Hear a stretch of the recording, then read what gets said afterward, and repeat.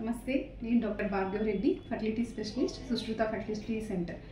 గర్భాశయం యొక్క లోపలి పొరని ఎండోమెట్రియం అంటారు. ఎండోమెట్రియం గర్భాశయం యొక్క లోపలి పొర కరెక్ట్గా పెరిగితేనే మనకి ప్రెగ్నెన్సీ వచ్చే అవకాశం ఉంది.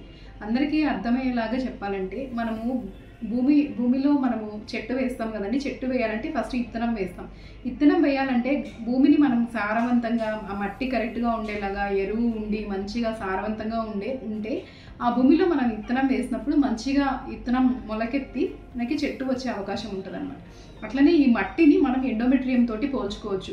సో ఈ పొర మంచిగా గర్భాశయం యొక్క లోపల పొర ట్రైలామినార్ అంటారు అనమాట. అంటే 3 లేయర్ లాగా కనిపించి దాని యొక్క బ్లడ్ సప్లై చూస్తాం, వాస్కులారిటీ ఎలా ఉంది, రక్త ప్రసరణ సరిగ్గా ఉందా లేదా. సో పొర థిక్నెస్ అనేది మోర్ దెన్ 7 mm ఉంది. అలాగే వాస్కులారిటీ చాలా బాగుంది అంటే వాళ్ళకి న్యాచురల్గా కానీ ఈవెన్ ఐయుఐ కానీ ప్రెగ్నెన్సీ వచ్చే అవకాశం ఎక్కువ ఉంటుంది అనమాట. అండాశయంలో ఎగ్ పెరిగేటప్పుడు మనకి ఈస్ట్రోజన్ అనే హార్మోన్ ఎగ్గు నుంచి రిలీజ్ అవుతూ ఉంటుంది. ఆ హార్మోన్కి రెస్పాండ్ అయ్యి గర్భాశయం యొక్క లోపల పొర పెరుగుతుంది అనమాట. సో హార్మోన్ కరెక్ట్గా రిలీజ్ అవుతుంది అంటే ఎగ్ కూడా కరెక్ట్గా మంచి క్వాలిటీ ఎగ్ ఉన్నట్టు. అలాగే దానికి రెస్పాండ్ అయ్యి ఎండోమెట్రియం బాగా పెరిగింది, మోర్ దెన్ 8 mm ఉండి, వాస్కులారిటీ బాగుంది అంటే అదే ప్రెగ్నెన్సీ వచ్చే అవకాశం ఉంది.